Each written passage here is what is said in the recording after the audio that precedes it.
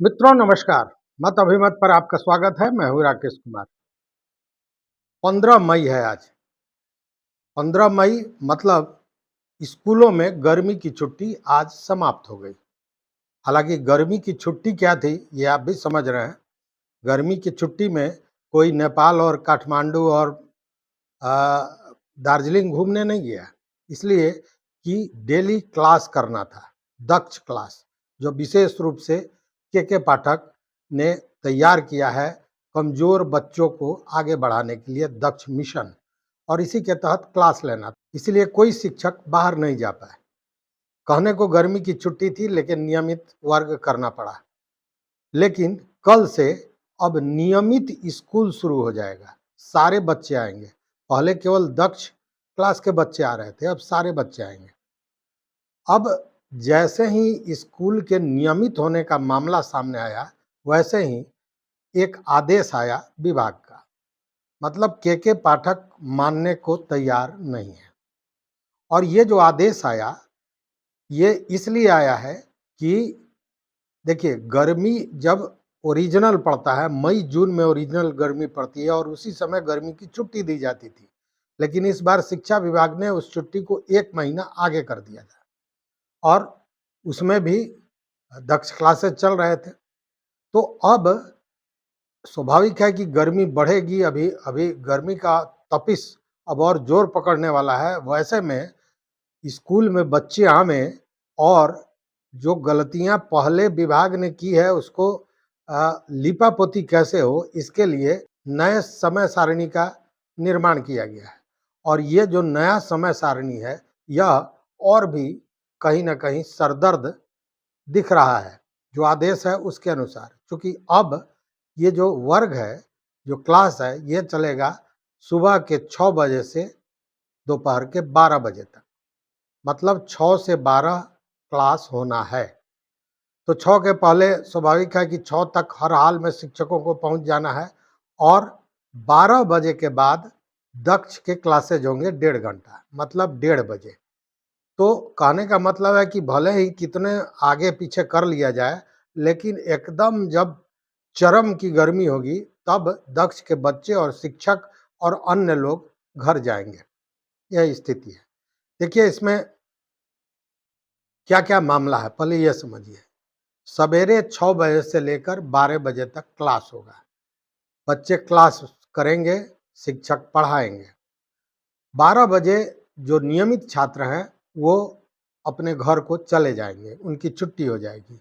और तब 12 बजे से 1:30 बजे तक जो दक्ष मिशन में चयनित छात्र होंगे, जिनको पढ़ाना है, उनका वर्ग होगा। मतलब दक्ष क्लासेज होगा 12 से 1:30 बजे तक। और उसके समाप्ति के बाद शिक्षक या जो भी कर्मी है वो अपने घर जाएंगे।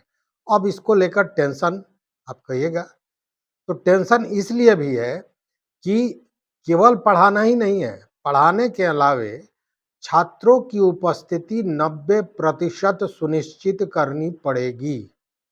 और अगर ऐसा नहीं हुआ तो आप दंड के भागी होंगे।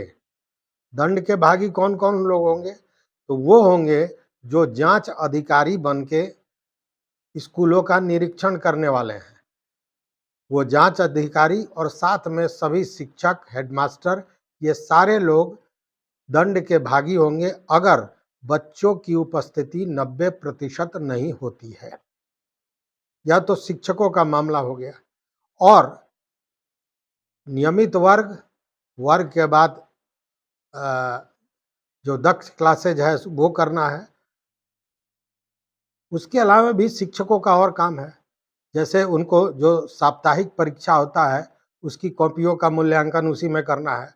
मासिक परीक्षाएं होती हैं, उसके कॉपी की भी जांच, उसका मूल्यांकन करना है। और साथ में पठन टीका भी तैयार करना है। और यह सारा काम करना है उनको 6 से 1:30 के बीच में। लेकिन उनकी सबसे बड़ी जो परेशानी का सबब बना हुआ है वो है बच्चों की उपस्थिति, कि आखिर बच्चों की उपस्थिति सवेरे 6 बजे 90% कैसे लाई जाए, यह एक बड़ी समस्या नजर आ रही है। और यह समस्या केवल शिक्षकों के लिए नहीं है। अब देखिए जांच पदाधिकारी भी कहीं ना कहीं त्रस्त नजर आ रहे हैं। अभी कल से शुरू होने वाला है, लेकिन पसीना आज से ही उनके ललाट पर दिख रहा है। और वो इसलिए कि ठीक 6 बजे उनको स्कूल पहुंचना है, वहां जांच करनी है और उसका फोटो व्हाट्सएप पर अपलोड भी कर देना है। उसमें भी जितने स्कूलों का के जांच का जिम्मेवारी दी गई है, उसमें भी 2 पाली में जांच करना है। एक सवेरे 6 बजे से 10 बजे के बीच में, क्योंकि 10 बजे से साढ़े 10 के बीच में एमडीएम मतलब मध्याह्न भोजन बच्चों को देना है। तो 6 बजे जब वर्ग शुरू होता है, उस समय से 10 बजे के बीच में प्रथम पारी में उनको जांच करनी है और जितनी संख्या में उनको स्कूल जांच के लिए दिया गया है, उसका 50% मतलब आधा, और आधा दूसरे पाली में करना है, मतलब साढ़े 10 बजे से लेकर 12 बजे तक।